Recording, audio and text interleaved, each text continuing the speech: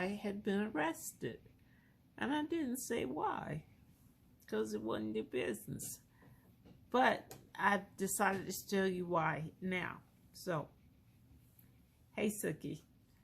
It was the night before Christmas, and all through the house, not a creature could be heard, not even a mouse. And like all 13-year-olds, we wanted to go to the mall. So, okay, it was before Christmas, and we were at home on Christmas break, and we wanted to go to the mall. So, his parents took us. And it wasn't a big deal because our dads worked together and they knew I was a good girl because we played together all the time.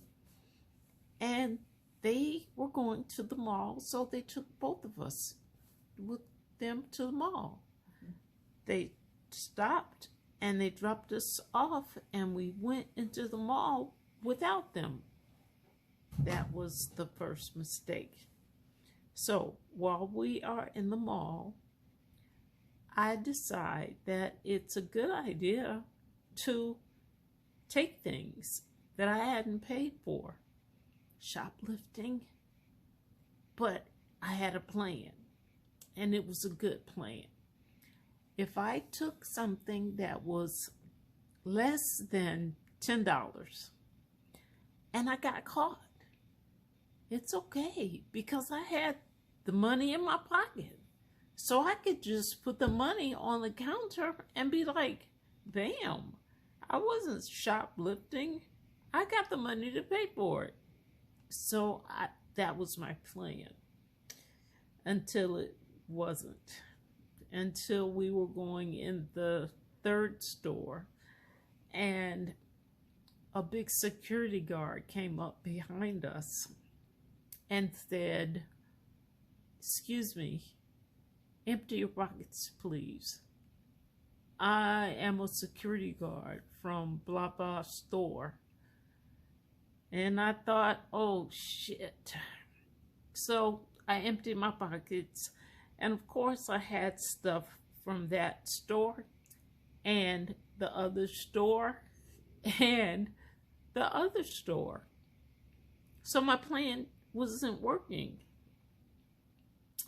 And okay, so the security guard took us to this office place in the store, and then they called the police.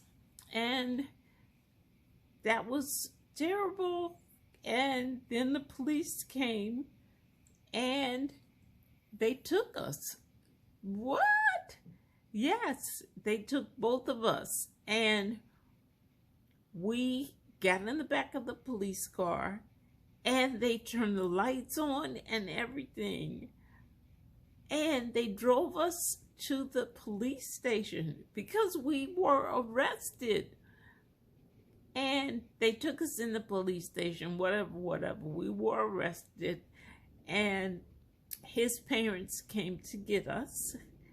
And they did whatever you do when there's criminals in there. So they came to get us, and they took us out. And then we got in the back of their car. And that was worse than the police car. So we got in the back of their car. And they were very religious. So they were pretty upset. And they were very quiet. And drove us home. And they went to my house first. And they got out of the car. They didn't just drop me off like they could have. They got out of the car and they went into my house with me, and they sat down to talk to my parents because they were so mad, those parents. And I think they were trying to make my parents mad too.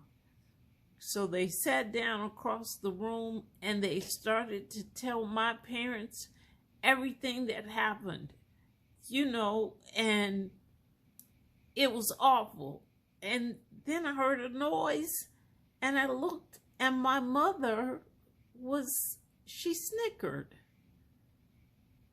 And she tried to cover it up, but it was too late because I had heard it already. And I knew when I heard it, that meant that I was free. So I just looked really sad, and it was okay. So the other parents left.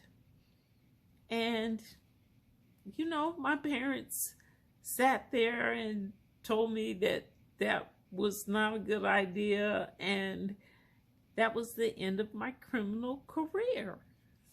So the moral of this story is, don't think the worst of your kids. They are just kids. Let it go. All right. I gotta go now. My coffee's getting cold. I will talk to you later. Goodbye.